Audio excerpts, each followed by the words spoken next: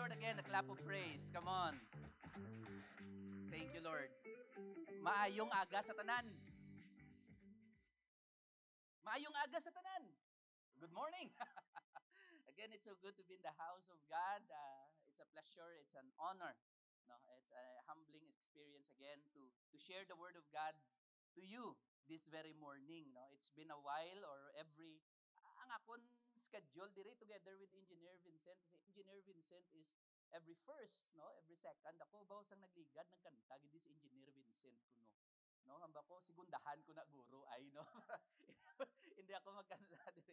Well, anyway, welcome to His Life Ministries where imperfect people are perfectly welcome and we are always here to make sure that we glorify God and make disciples. Amo ginapermi ang aton ginaobra diri. As long as Jesus have not yet arrived, amo ni siya ang aton nga ginahimo. We make sure we honor God and we glorify God and we make sure we make disciples. No, for the past weeks, medyo grabe ang linog no sa aton diri sa Philippines and daw hindi siya normal bala. Linog apan linog apan linog apan linog. But we praise God for His favor.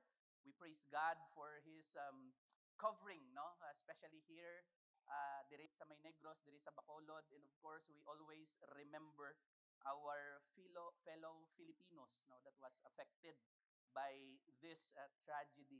But nevertheless, we will continue to exalt the name of God. We will continue to honor Jesus. Kabay pa that there will be no hindrance or calamities that will happen in our lives not to worship the Lord. Kabay pa nga dayawo naton ang Diyos. Although for the past weeks or for the past sa mga nagliligad, we have talked about exalting God like no other. And today, we will talk about exalting God for His wisdom. While preparing this, hambal ko, ala, do kabudlay i-preach because we cannot preach the wisdom of God. We can only worship God because of His wisdom that He has imparted to us. Hambal ko, ala, do kabudlay siya i-preach. Hambal ko, Lord, buligi ko kung how can I deliver this with, of course, your blessing and with the power of the Holy Spirit. Because wisdom only comes from the Lord. And let me just read to you our verse, Psalms 86, verse 8 to 10.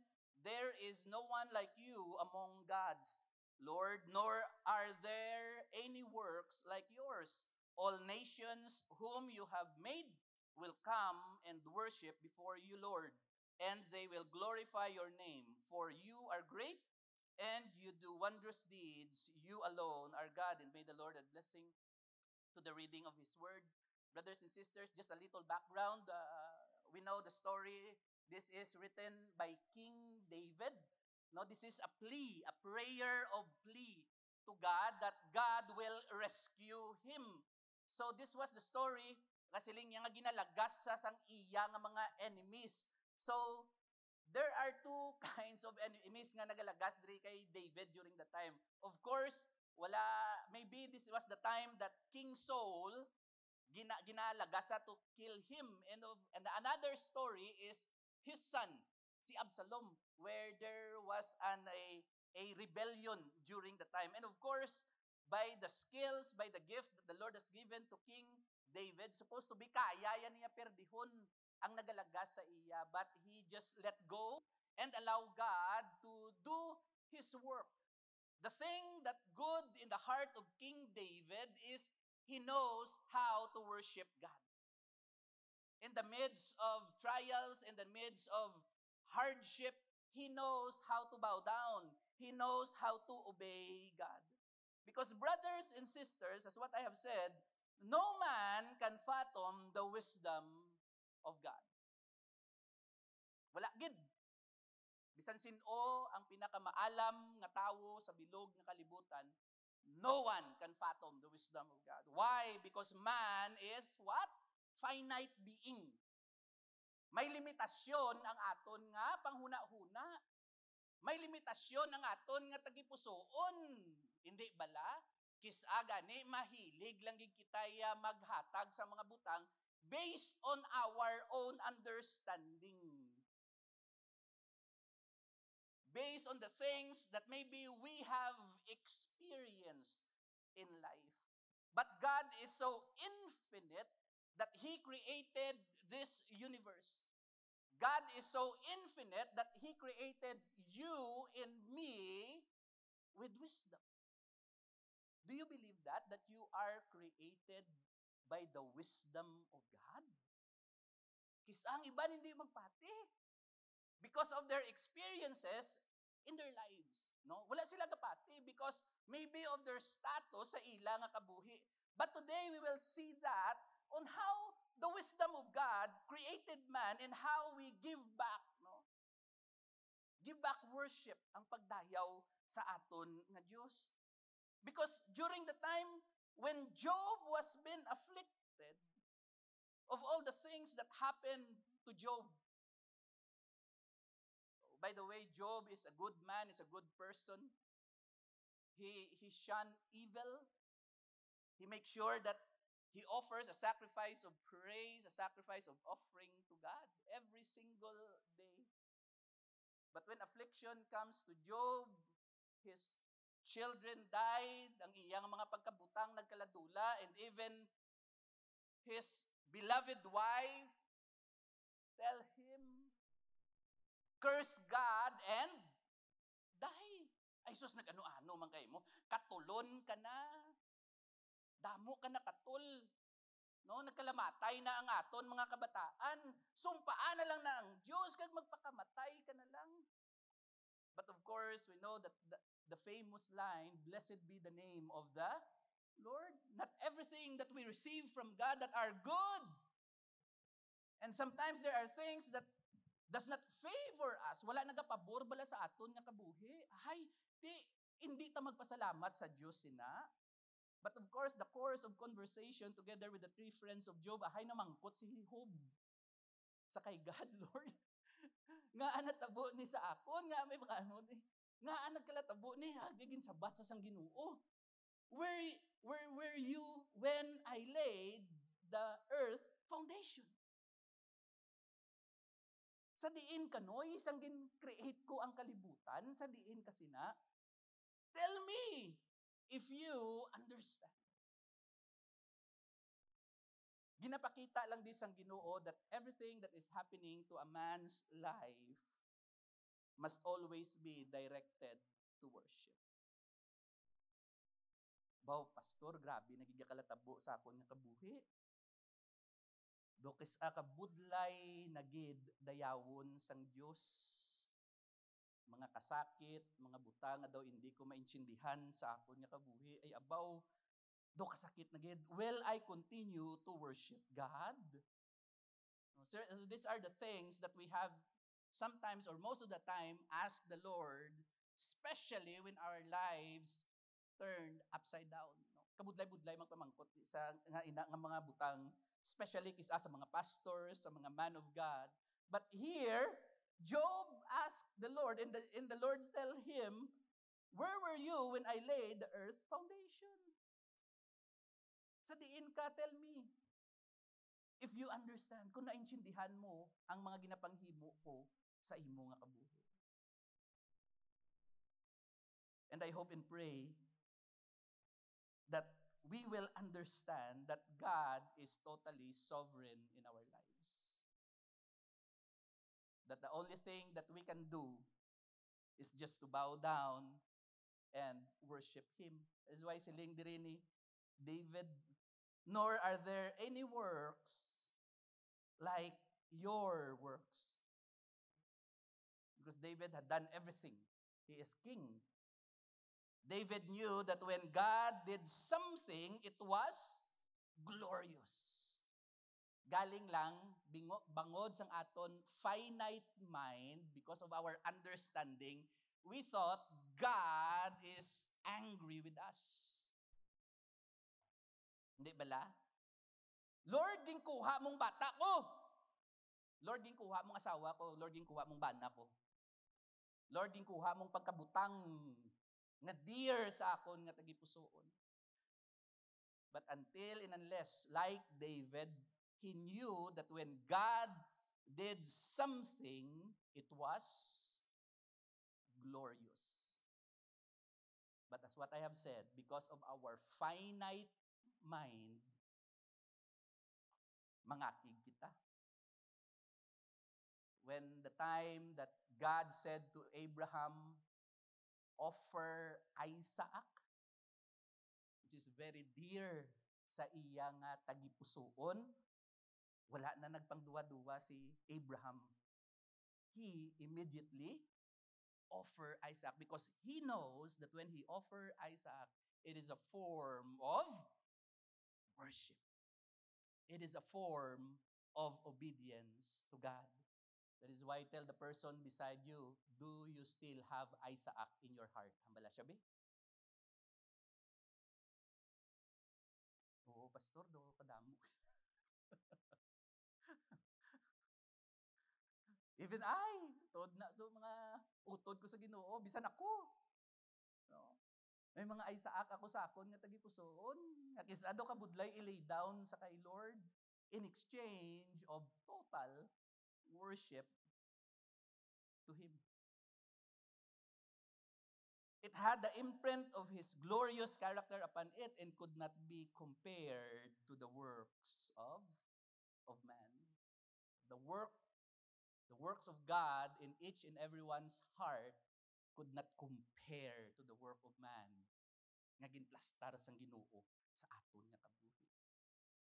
That's why in Psalms 147 verse 5 nagasiling, great is the Lord and mighty in power, and His understanding has no limits.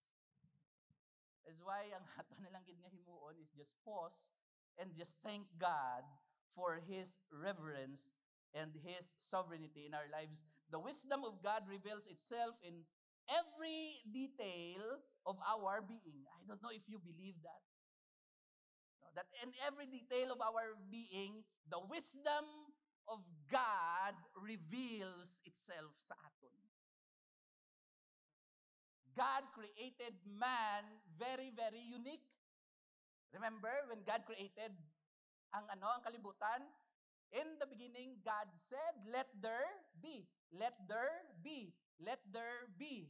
But when it came to man, God stooped down and He said, let us create man in our own image, in our own kind. When God created man, He stooped down and He took some dirt. Nagluhod gid ang Dios sa duta, kag nagkuha gid siya sang duta kag gin-create niya ang tao. By the way, God can said, let there be Adam. Pwede gid. Let there be Eve. Pwede gid because He is God, hindi bala? Magwa gid sa baba ya. Pero totally different when He came to create man. He said, let us create man. That's why, brothers and sisters, you yourself is a worship to God. Ikaw bala? Ikaw, amo ang pagdayaw sa Dios. Tan-awa bala tupad mo. Lantawa na siya bala kung gadayaw na siya sa Ginoo. Tulo ka lang. Because the wisdom of God reveals itself in every detail of our being. No? Kisa tulok ta sa espiyong na, kagamay man isang lunggan ko man. Hindi Nano man ni Lord kag panghatag mo uros ang punggod, ako gid daw nang una-una. And sometimes, again, because of our limited mind, change ang atong perspective, no? But when we know that God is the sovereign God that created mankind, it changed. That is why in Psalms 139 verse 13 to 16, it says, for you created my inmost being. You knit me together in my mother's womb. Kita mo sang pagkatahom, sang pagtahi-tahi sang Diyos sa aton nga kabuhi. And sometimes, most of the times, galabay lang ni siya sa aton. Maybe mabasahan ta from time to time. But when we meditate the goodness of God, together with King David, when King David wrote the Psalms 139, he said, for you created my inmost being. and you knit me together in my mother's womb. That is why kagi nasang paghambal ko, the wisdom of God reveals itself in our lives. Every time we magtulog kita sa espiyo, kabay pa mahambal kita bo kaalam gid sang Dios. Galing kisa pagtulog ta sa espiyo, lain ang aton ginahambal. Oh, wala dito. But siling ni King David, for you created my inmost being. You knit me together in my mother's womb. I praise you because I am fearfully and wonderfully made. Isa ang ginabasa, talang fearfully. Kululbaan man isa ako, Lord man. And your works are wonderful. That is why siling ni King David sa Psalms 86, no one can compare your works to the work of others. Wala gid. That's why in Psalms 139, siling niya, your works are wonderful. I know that full well. My frame was not hidden from you when I was made in the secret place. Wala na, Lord. Hublas kuya sa imo atubangan. Wala sang may matago sa imo. Wala gid.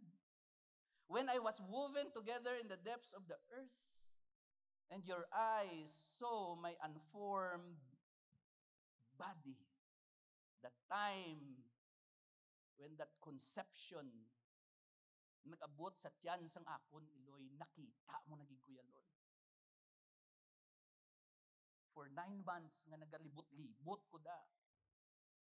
All the days ordained for me were written in your book. That's why, how can we not worship the wisdom of God and God Himself with this line? All the days ordained for me were written. Uy, nasulat na. In your book before one of them came to be. That's why, brothers and sisters, mga utod ko sa Ginoo, kabay pa, that we will not put aside worship. That we will not just put on a box ang pagdayaw naton sa Ginoo. Kabay pa nga hindi lang kada Domingo, mga utod nakon. But rather it is a lifestyle of worship. Wisdom always point us to worship Him. Kung may kaalam ang Diyos nga ginhatag sa aton, nagatudlo na pirmi sa pagdayaw sa Diyos. Galing ang kalibutan lain na gid. Ang kaalam nga ginhatag sang Diyos ginbutang sa korupsyon. Ang kaalam nga ginhatag sang Diyos ginbutang sa insersyon tuloy. Ang kaalam sang Dios nga ginhatag sang tawo gindayaw niya ang iya kaugalingon.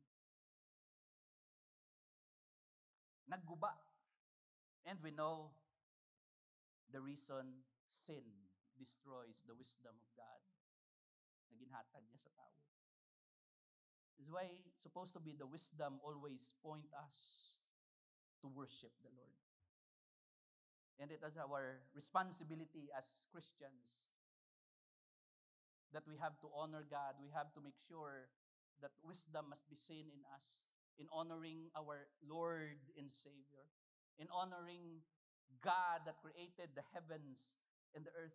This is why God's expression of wisdom releases power in His creation to worship Him. No? Naga-express na sa sang kaayuhan sang Ginoo sa aton nga kabuhi kagahatag inagahom sa pagdayaw sa iya. That is why in Psalms 150 verse 1 to jump to 6 it says there, praise the Lord, praise God in His sanctuary, praise Him in His mighty heavens, praise Him for His acts of power, praise Him for His surpassing greatness, and let everything that has breath praise the Lord. Hallelujah. Gani hambala lang tupad mo, tell the person beside you, gaginhawa ka pa man. Hambala siya, be. Dayawa ang Diyos. No? Exalt God. Let Him be the center of your breath. Ato ganingin kanta tagina.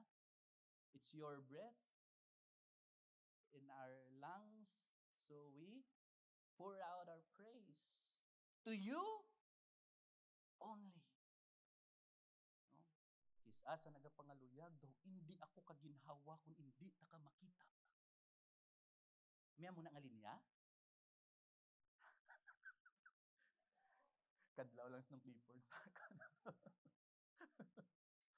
No? But I hope and pray that every breath that we breathe honors God. And that is His wisdom. No? Ginpour out niya sa aton ang iya nga kaalam. That's why wisdom brings wellness to our soul. No? It brings healing. It brings wellness to the soul of man, the wisdom of God. Why? Because in Proverbs chapter 9, verse 8, do not rebuke mockers or they will hate you. Rebuke the wise and they will none. Sinodi, ang gapangakig, pero may kong ginasaway. Ang ginasaway ka na, ang nagsaway sa imo, ikaw pa masaway. No? Okay, you think you know everything. But differently, the proverb says, rebuke the wise and they will love you more. Sabi, no? Rebuke the mockers because they will hate you. Because they think they knew everything. That's why God's actions are always perfectly wise in our lives. Nothing's ever a mystery to God. He is never puzzled or confused or uncertain of everything. God is never surprised of what will happen to us. Why? Because He already knew. Kabalo na siya what will happen to us. Because He is wise. And we worship Him for that. He is perfectly wise. Nothing ever a mystery to God. For us, in our finite mind, sometimes we are surprised pa, no? Ay, pastor na siya, duwa na iya asawa. No? Kisa ka surprise pa ta, no? Hala, part man na sa sang worship team nga nagainom to siya. No? Sometimes we are surprised. But when we move in love, totally different. When we move in the wisdom of God, it's totally different. Hala, si pastor, maybe I'll just talk to him. Istoryahon ko sa guro. Kay plangga ko akong pastor. Siguro istoryahon ko tong members ng worship team. Nga hindi pwede may istoryahaw. Basi pwede man lang, basi madala sa pangamuyo. Hindi bala? Totally, when we think of the wisdom of God is totally different to the wisdom of man. No? Gakasyak kita yakis akon, there are things nga daw hindi intsakto sa aton nga panulukan, hindi intsakto sa aton paminsaran, hindi intsakto sa aton tagipusoon. But God is totally different. When King David committed adultery to Bathsheba, when King David committed murder to Uriah, ang husband ni Bathsheba, God did not forsake David. But rather it changes the heart of David. And that things convert to that David worshiped God. Of course, he repented of his sins. That's why nga hindi nga wala nagakakibot ang Dios, kita lang ang gakakibot, because in Daniel chapter 2, it says there, praise be to the name of God forever and ever. Wisdom and power are His. Siling ni David. Siling ni Daniel. He changes times and seasons. He changes. Daw tig-ululan man subong nga pero ting init. He changes times and seasons. He disposes kings and raises up others. That is why if there is a strong Christian person that will tell our government official, if you will not change, God will pull you down. Galing wala pa guro, may maisog ay, no? Dribla sa aton. Na maghambal, kung hindi mo na pagliwaton, sir, ang imo na ginabuhat da, base, butungon ikaw sang Diyos.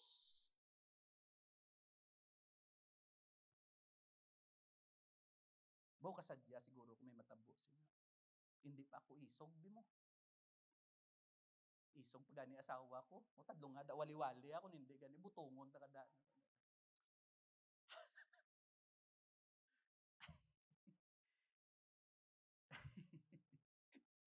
He gives wisdom to the wise and knowledge to the discerning. Hallelujah.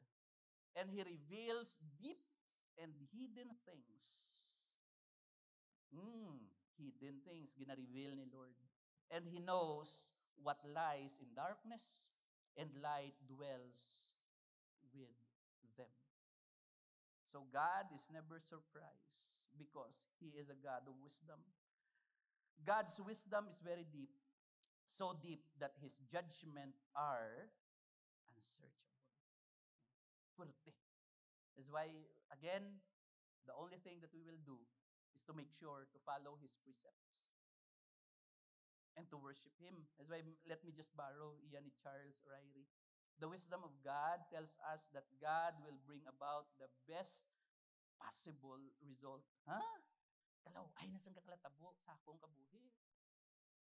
But ang pagwa sini bangod sang wisdom ni Lord, possible best result Japon by the best possible means for the most possible people. Galing lang, of course, for the longest possible time. It takes grace. It takes grace. It takes the mercy of God. Kung magkalatabo gid man ni sa aton nga kabuhi. That's why in Romans chapter 11, 36, and from Him, no, the benediction na, and through Him, and for Him, all things, to Him be the glory forever and ever. Then amen. Grabe si Apostle Paul, no? For He, or from Him, halina gid siya, and through Him, and for Him only are all things, tanan-tanan. And to Him be the glory forever and ever. And also in Isaiah chapter 55, verse 9 to 8, as the heavens are higher than the earth, so my ways are higher than your ways, and my thoughts than your thoughts. Now, this is the wisdom of God. This is a powerful line of Isaiah. That the ways of God are higher than our ways. That's why mga utod ko, kabay pa, that everything that we do, we always consult God. Pamangkuto naton permi ang Ginoo because His ways are what? Are higher. And His ways and His thoughts are higher than our ways and higher than our thoughts. God is wisely and sovereignly ordering ordering your circumstances to do something in you, through you, and even in our marriages, in your family, in your work, and even in your witness as God's children, and in your worship that could not be accomplished any other way. So kanami, no, that in everything, God is wise and He is also sovereign, and He put it in order, every circumstances.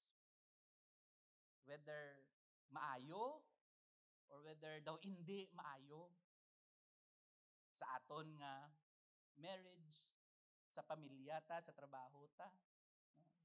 Being a witness in our worship to God. This is why, brothers and sisters, again, wise living start with fearing the Lord. gusto naton mga buhi nga mangin maalam, sugura naton nga may kahadlok kita sa Dios. There's reverence for God. Because in Proverbs chapter 9 and 10, the fear of the Lord is the beginning of wisdom. And knowledge of the Holy One is understanding. So, salamat sa Ginoo that we are doing that because the power of wisdom comes with humility in our hearts. When wisdom comes, kabay pa that we will not brag about it, but rather we will humble ourselves because James chapter 4 verse 6, but he gives us more grace. That is why scripture says, God opposes the proud but shows favor to the humble person. Kabay pa Ginoo, mga utod ko, that when we move in the wisdom of God, humility will come. And humility will be revealed in our hearts. Nakuha ko lang ni sa internet o sa Facebook. Sometimes it's hard to open your hand, but you need to. Kinahanglan ta buy-an from time to time. Gani hambala lang tupad mo, buy-in na bala. Hambala siya. Ang ano na pastor, wala ko balo. Ikaw mo na iya ka balo ya. No, kung ano nang ginakaptan mo. No, that you don't want to let go from time to time. That always hinders us and don't allow the wisdom of God to rule and reign in us. Right? In Romans chapter 8 verse 5 to 6, those who live according to the flesh have their mind set on what the flesh desires. But those who live in accordance with the Spirit have their mind set on what the Spirit desires. The mind governed by the flesh is death, but the mind governed by the Spirit is life and peace. Wise living grows by receiving God's Word. If we want to live wise and grow, let's receive the Word of God. That's why in Psalms 19:7, the law of the Lord is perfect, refreshing the soul. The statutes of the Lord are trustworthy, making wise the simple. So we have to learn from the Word of God, and we have to learn from with prayer, together with prayer sa aton nga kabuhi. This is why in God's infinite wisdom, He chose a way of salvation through Christ that looks totally insane to us. No? Suli gid ya. Isabi naton nga mapatay gid bi nga may mga amusin ni. But totally different. No one on earth would have come up with a plan involving the brutal murder of the Son of God for sinners, and that is the wisdom of God. Brothers and sisters, Jesus is the wisdom of God the Father here on earth. Kaya hindi taman maintindihan ang Diyos. Maintindihan nato ng Diyos, hindi gid ay, no? Is why ginpadala niya si Kristo. Nga para maintindihan naton kung sino siya. That's why Jesus is the perfect example of God's wisdom to save man.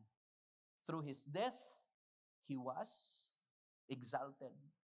And let me just read Philippians chapter 2, 6 to 8. Who, being in a very nature of God, did not consider equality with God something to be used to His own advantage. Rather, He made Himself nothing by taking the very nature of a servant. Being made in human likeness and being found in appearance as a man, He humbled Himself by becoming obedient to death, even death on the cross. Now, 3 things that I will leave before I end. Why does God exalt Jesus? Nga agid bigin exalt sang Dios nga may si Ginoong Hesukristo. Number 1, Jesus did not seek self-recognition. He did not. He allowed the wisdom of the Father to walk and to work through Him. Gimpabayan niya. Jesus did not seek self-recognition. In verse 6, it says, who being in a very nature of God. Did not consider equality with God something to be used to his own advantage. Kitaya, dikit ko ya kay Vice. Dikit ko ya kay Gob. Sometimes we use that as our advantage. But Jesus, in his own very nature as God, he did not seek self-recognition. That's why when Pilate says, "Are you the truth? Ikaw ba lang ang kamatuoran?" Dojutay na lang ang balo ni Jesus, you are standing with the truth. Looking at the truth. Because Jesus did not seek self-recognition. Brothers and sisters, I hope that we will not. But rather, if we seek self-recognition, let's seek God. Let's seek worship. Most people today are hungry of recognition. Titles and positions are very important to them. Most want to be in the limelight. Jesus never takes advantage of his greatness. Jesus, the superstar, never took advantage of it. God has charged himself with full responsibility for our eternal happiness and stands ready to take over the management of our lives the moment we turn in faith, we turn our faith to him. So I hope, brothers and sisters, that recognition, okay, ginasa. But I hope and pray that we will not seek that one. But rather, we will seek the wisdom of God. Number 2, why does God exalt Jesus? Jesus did not seek self-reasoning. Kagina self-recognition. But this time, number 2, wala na siya. He quieted himself. Rather, he made himself nothing. Kita guro. Kung birahon ka guro. Kita ato siya tornay, mabalos na. Maanong kita. But when Jesus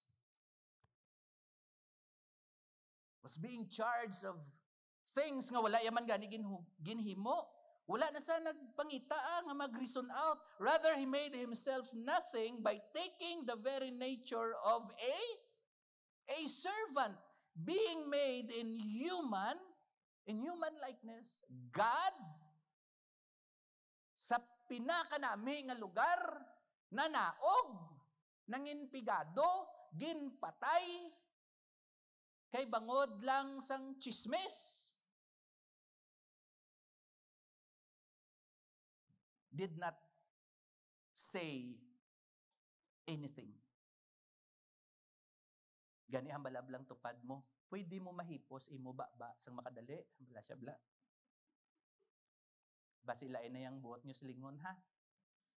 But sometimes, basigarason ka bla isa. You reasons for something. But rather, he made himself nothing. Jesus took the lowest, a servant. He never reasoned with the Father, but took the least of them. His birth in a manger, which we'll be celebrating this coming December. His death at the cross, and we never heard a single complaint. But rather, he said, Father, forgive them. Furtino. Isaiah 53:7, he was oppressed and afflicted, yet he did not open his mouth. He was led like a lamb to the slaughter, and as a sheep before its shearers is silent, so he did not open his mouth. Mahapos o mabudlay? Mabudlay niya, pastorya. Mahambal gid ko. Kung hindi ko kahambal, i-post ko, Facebookon ta kaya. No? Galing wala man ngalan, isa. Gina Facebook, ruway ngalan, adlok man Japon. Wala ko gambal yung butangan nga.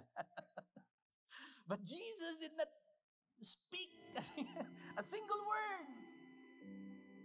Wala sa nagpangita.